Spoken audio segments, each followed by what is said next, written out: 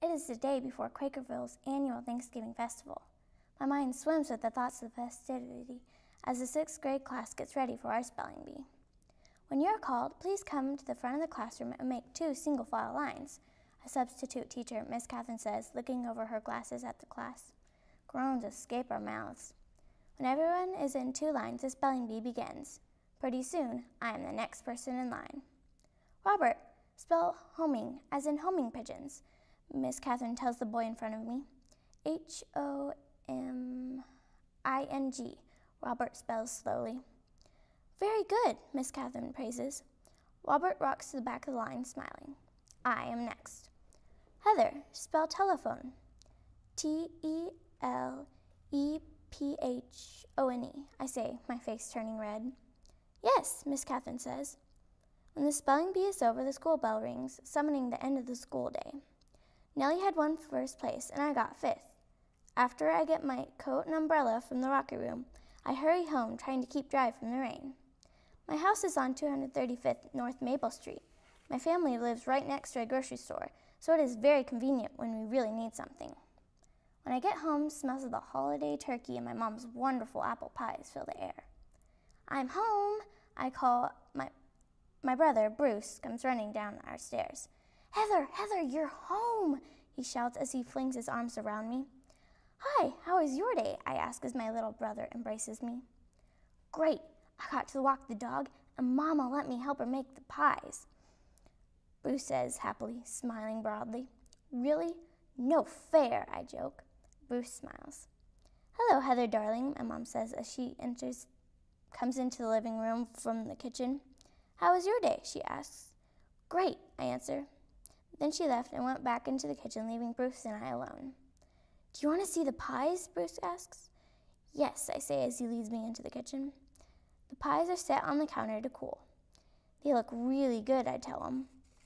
A few minutes later, Bruce and I hear the opening of the front door and the stomping of boots. Bruce runs out of the room.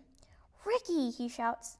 The boys run upstairs to play, while Margaret, my older sister, and I read the newspaper in front of the fire. The front of the paper is entitled, The Thanksgiving Festival, and all over it are pictures of the event from the year before. After supper, Bruce and I go up to the attic with Mom to find our Thanksgiving books. Every year, the night before the annual Thanksgiving Festival, Bruce and I would get our special Thanksgiving books. We would spend the whole evening listening to Mama and Daddy read our favorite books while sipping hot cocoa and sitting next to the crackling fire. Each year, a new Thanksgiving book would be added to our collection. I wonder what new book we'll find this year, Bruce whispers to me. Shh, I hiss. When we find the box of books in the attic, a new book rests on top. The Thanksgiving Festival, I read. Cool, Bruce whispers.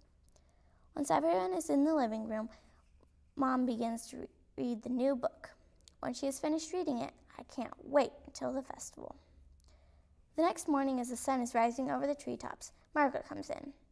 Time to get up, she says. I jump out of bed and quickly get dressed.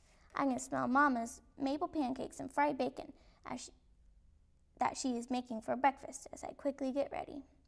When I get downstairs, Ricky, Margaret, and Bruce are sitting on the sofa watching the Thanksgiving parade. After breakfast, we all get ready to go to the Thanksgiving festival. When we get there, the parade is just beginning. Bruce is overwhelmed.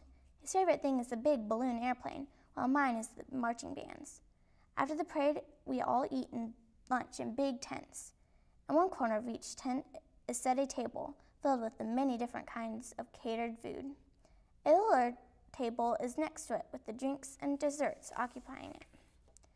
At 1:30 p.m., the games start. I hurry to finish my plate and then run off with Ricky and Bruce to play. I join in a game of kickball while Ricky plays football and Bruce basketball. It gets dark quickly, and as the sun is disappearing over the hill, Dad tells us it's time to go. This was the best Thanksgiving ever. The end.